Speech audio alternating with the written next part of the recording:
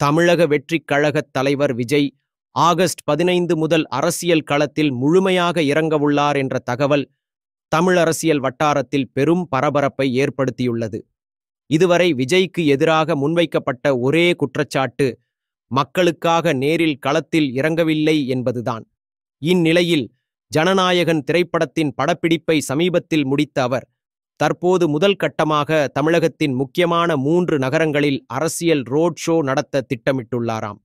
இந்த ரோட் ஷோக்களுக்கு பிறகு தமிழகம் முழுவதும் சுற்றுப்பயணம் மேற்கொள்ள இருப்பதாகவும், இந்த பயணம் முக்கியமாக கிராமப்புற மக்களை சென்றடைந்தே ஆக வேண்டும் என்ற திட்டமுடன் உள்ளது என்றும் கூறப்படுகிறது. இத்தகவல்கள் எல்லாம் அதிகாரப்பூர்வமாக அறிவிக்கப்படாத நிலையில் இருந்தாலும், விஜய் அரசியல் முழுமையாக இறங்கும் நாளும் அதற்காக கட்சி தொடங்கும் நகர்வுகளும் தொடங்கிவிட்டதாக தொண்டர்கள் உற்சாகமாக கூறுகிறார்கள்.